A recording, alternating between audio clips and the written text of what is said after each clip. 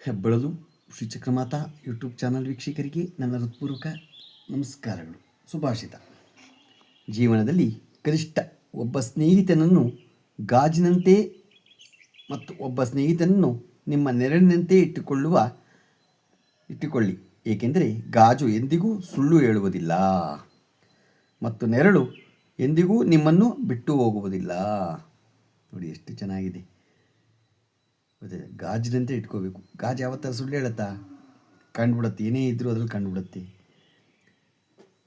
ನೆರಳು ನಮ್ಮಿಂದನೇ ಇರುತ್ತೆ. ಹಾಗೆ ಆ ಥರ ಸ್ನೇಹಿತರನ್ನು ನೋಡಬೇಕೇ ಹೊರತು ಯಾರ್ಯಾರೋ ಕಾಟಪಾಟಿ ಬರ್ತಾರೆ, ಹೋಗ್ತಾರೆ, ತಿಂತಾರೆ, ಇದ್ದಾಗ ನೆಂಟರು, ಇಲ್ಲದೇ ಇದ್ದಾಗ ಹೋದ್ರು ಅನ್ನೋದಲ್ಲ. ಆ ಥರದವ್ರನ್ನ ಮಾಡ್ಕೋಬೇಡಿ. ಅದಾಯ್ತಾ? ಕಷ್ಟದಲ್ಲಿ ಇರಬೇಕು, ಸುಖದಲ್ಲೂ ಇರಬೇಕು. ಆ ಥರ ಸ್ನೇಹಿತರು ಬೇಕೇ ಹೊರತು ಕಷ್ಟದಲ್ಲಿಲ್ಲ ಸುಖದಲ್ಲಿರೋದು ಆ ಥರ ಸ್ನೇಹಿತರು ಬೇಡ. ಇವತ್ತು ನಾವು ದಿನಪಂಚಾಂಗಕ್ಕಿಂತ ಮುಂಚೆ ನಾವು ಸ್ಥಿರವಾಗಿರಬೇಕಾದ್ರೆ ಹೇಗೆ ಅನ್ನೋದು ಸ್ವಾಮಿ ವಿವೇಕಾನಂದ ಬಗ್ಗೆ ತಿಳ್ಕೊಳ್ಳೋಣ. ಸ್ನಾನದವಾದ ಮೇಲೆ ಸ್ಥಿರವಾಗಿ ಕುಳಿತುಕೊಳ್ಳಿ, ಬಂಡಿಯಂತೆ ಅಚಲವಾಗಿ ಕುಳಿತಿರುವೆ, ಯಾವುದೂ ನನ್ನನ್ನು ಕದಲಿಸಬಾರದು ಎಂದು ಭಾವಿಸಿ. ಶಿರ, ಭುಜ, ಸೊಂಟವನ್ನು ಒಂದೇ ಸಮನಾಗಿಡಿ, ಬೆನ್ನು ಮೂಳೆಯನ್ನು ನೇರವಾಗಿಡಿ. ಚಲೆಯನ್ನೆಲ್ಲ ಅದರ ಮೂಲಕ ಆಗಬೇಕಾಗಿದೆ, ಅದಕ್ಕೆ ಆತಂಕವನ್ನು ತರಬೇಡಿ. ನಿಮ್ಮ ದೇಹದ ಪ್ರತಿಯೊಂದು ಅಂಗಾಂಗವೂ ಪರಿಪೂರ್ಣವಾಗಿದೆ ಎಂದು ಭಾವಿಸಿ. ನಿಮ್ಮ ಕಾಲಿನ ಹೆಬ್ಬೆರಳಿನಿಂದ ಪ್ರಾರಂಭಿಸಿ ನಿಮ್ಮ ದೇಹದ ಪ್ರತಿಯೊಂದು ಅಂಗವನ್ನು ಮುಟ್ಟಿ ಇದು ದೃಢವಾಗಿದೆ ಎಂದು ಬೇಕಾದರೆ ಚಿತ್ರಿಸಿಕೊಳ್ಳಿ. ಹೀಗೆಯೇ ಸಹಸ್ರಾರದವರೆಗೂ ಹೋಗಿ ಪ್ರತಿಯೊಂದು ಅಂಗವೂ ಸರಿಯಾಗಿದೆ, ಯಾವ ಊನವೂ ಇಲ್ಲ ಎಂದು ಭಾವಿಸಿ. ಅನಂತರ ಇಡೀ ದೇಹ ದೃಢವಾಗಿದೆ ಎಂದು ಭಾವಿಸಿ. ಸತ್ಯ ಸಾಕ್ಷಾತ್ಕಾರಕ್ಕೆ ಈಶ್ವರ ಕರುಣಿಸಿರುವ ಒಂದು ಯಂತ್ರ. ದೇಹ ಸಂಸಾರ ಸಾಗರವನ್ನು ದಾಟಿ ಸಚ್ಚಿದಾನಂದ ತೀರವನ್ನು ನೇರಲು ಇದೊಂದು ದೋಣಿ ಎಂದು ಭಾವಿಸಿ. ಇದಾದ ಮೇಲೆ 2 ಮೂಗಿನ ಒಳ್ಳೆಗಳ ಮೂಲಕ ದೀರ್ಘವಾಗಿ ಉಸಿರನ್ನು ಹಿಡಿದುಕೊಳ್ಳಿ. ಅನಂತರ ಉಸಿರನ್ನು ಹೊರಗೆ ಬಿಟ್ಟು ನಿಮಗೆ ಅನುಕೂಲವಾದಷ್ಟು ಕಾಲ ಉಸಿರನ್ನು ಹೊರಗೆ ಬಿಟ್ಟಿರಿ. ಹೀಗೆ 4 ವೇಳೆ ಮಾಡಿ.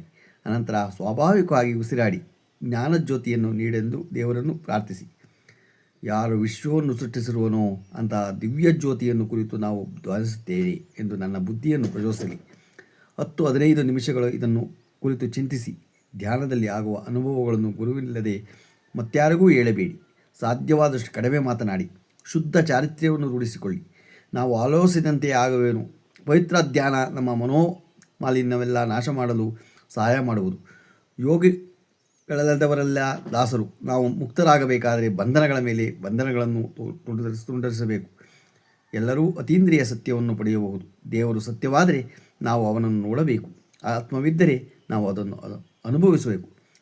ಸಾಕ್ಷಾತ್ಕಾರ ಮಾಡಿಕೊಳ್ಳಬೇಕು. ನಾವು ಸಾಕ್ಷಾತ್ಕಾರ ಮಾಡಿಕೊಳ್ಳಬೇಕಾದ್ರೆ ಇವನ್ನೆಲ್ಲ ಮಾಡಬೇಕು. ಇವನ್ನೆಲ್ಲ ಮಾಡಿದಾಗ ಬೆಳಗ್ಗೆ ಎದ್ದು ಸಾಕ್ಷಾತ್ಕಾರವನ್ನು ಮಾಡ್ಕೋಬೇಕು. ಆದಷ್ಟು ಕಡಿಮೆ ಮಾತಾಡಬೇಕು, ಒಳ್ಳೆ ಮಾತಾಡಬೇಕು. ಗೊತ್ತಾಯ್ತು? ಒಳ್ಳೇದು ಮಾಡಬೇಕು, ಒಳ್ಳೆ ಧ್ಯಾನ ಮಾಡಬೇಕು. ದೇವರ ಬಗ್ಗೆ ಚಂಚಲತೆ ಅಂತ ಇರಬಾರ್ದು. ಚಂಚಲತೆ ಇದ್ದರೆ ಮನುಷ್ಯನಿಗೆ ಆಗಲ್ಲ. ಚಂಚಲತೆಯನ್ನು ಬಿಡಬೇಕು. ಗೊತ್ತಾಯ್ತಾ? ಆ ಚಂಚಲತೆಯನ್ನು ಬಿಟ್ಟಾಗ ನಾವು ಸಾಕ್ಷಾತ್ಕಾರವನ್ನು ಪಡ್ಕೋಬೇಕು, ಭಗವಂತನನ್ನು ನೋಡ್ಬೋದು. ಗೊತ್ತಾಯ್ತಾ? ಆ ಒಂದು ನಮ್ಮ ಹಿಂದೂ ಸಂಸ್ಕೃತಿ, ಸನಾತನ ಧರ್ಮ ಅದನ್ನೆಲ್ಲ ಹೇಳುತ್ತೆ. ಇವತ್ತು ನಾವು ದಿನಪಂಚಾಂಗ ಈಗ ದಿನಪಂಚಾಂಗವನ್ನು ತಿಳ್ಕೊಳ್ಳೋಣ. ದಿನಾಂಕ 30/5/2026 ಶನಿವಾರ. ಶ್ರೀ ಪರಾಭವನಾಮ ಸಂವತ್ಸರ, ಉತ್ತರಾಯಣ, ಅಧಿಕ ಜ್ಯೇಷ್ಠ ಮಾಸ, ಗ್ರೀಷ್ಮ ಋತು, ಶುಕ್ಲ ಪಕ್ಷ. ತಿಥಿ ಚತುರ್ದಶಿ, ಹಗಲು 10:45. ನಕ್ಷತ್ರ ವಿಶಾಖ, ಹಗಲು 12:36. ಮಳೆ ರೋಹಿಣಿ, 2ನೇ ಪಾದ. ರಾಹುಕಾಲ 9:08ರಿಂದ 10:44. ಗುಳಿಕ ಕಾಲ 5:57ರಿಂದ 7:32. ಯಮಗಂಟ ಕಾಲ 1:56ರಿಂದ 3:32. ಇವತ್ತು ನಾವು ಹುಟ್ಟುಹಬ್ಬ ಆಚರಣೆ ಮಾಡ್ಕೊತಿದ್ರು. ಮದುವೆಯಾದ ದಂಪತಿಗಳು ವಾರ್ಷಿಕೋತ್ಸವ ಆಚರಣೆ ಮಾಡ್ಕೊತಿರೋರಿಗೆ ನಮ್ಮ ಹೆಬ್ಬಳಲು ಶ್ರೀ ಚಕ್ರಮಾತಾ ಯೂಟ್ಯೂಬ್ ಚಾನಲ್ ಕಡೆಯಿಂದ ಶುಭಕಾಮನೆಗಳನ್ನು ತಿಳಿಸ್ತೀವಿ. ದೇವರು ಅವರಿಗೆ ಆಯಸ್ಸು, ಆರೋಗ್ಯ, ಐಶ್ವರ್ಯ ಎಲ್ಲ ಕೊಟ್ಟು ಕಾಪಾಡಲಿ ಅಂತ ಕೇಳ್ಕೊತೀನಿ. ನಮ್ಮ ಹೆಬ್ಬಳಲು ಶ್ರೀ ಚಕ್ರಮಾತಾ ಯೂಟ್ಯೂಬ್ ಚಾನಲ್ ಯಾರು ಸಬ್ಸ್ಕ್ರೈಬ್ ಆಗಿರ್ಬೋದು, ದಯಮಾಡಿ ಸಬ್ಸ್ಕ್ರೈಬ್ ಆಗಿ ಲೈಕ್ ಕೊಡಿ. ಇದು ನಿಮ್ಮದೇ ಚಾನಲ್ ಆಗಿದ್ದರಿಂದ ನಮ್ಮ ಲಿಂಕನ್ನು ಬೇರೆ ಫಾರ್ವರ್ಡ್ ಮಾಡಿ ನಮ್ಮ ಹಿಂದೂ ಧರ್ಮವನ್ನು, ಸನಾತನ ಧರ್ಮವನ್ನು ಮುನ್ನಡೆಸ್ಕೊಂಡು ಹೋಗೋಕ್ಕೆ ಅವಕಾಶ ಮಾಡಿ. ನಾವು ಯಾವಾಗಲೇ ಆಗಲಿ ನಮ್ಮ ಹಿಂದೂ ಧರ್ಮ, ಸನಾತನ ಧರ್ಮ ತಿಳ್ಕೊಳ್ತಾ ಹೋಗ್ತಾ ಇರಬೇಕು. ನಮಸ್ಕಾರಗಳು, ನಮಸ್ಕಾರಗಳು, ನಮಸ್ಕಾರಗಳು.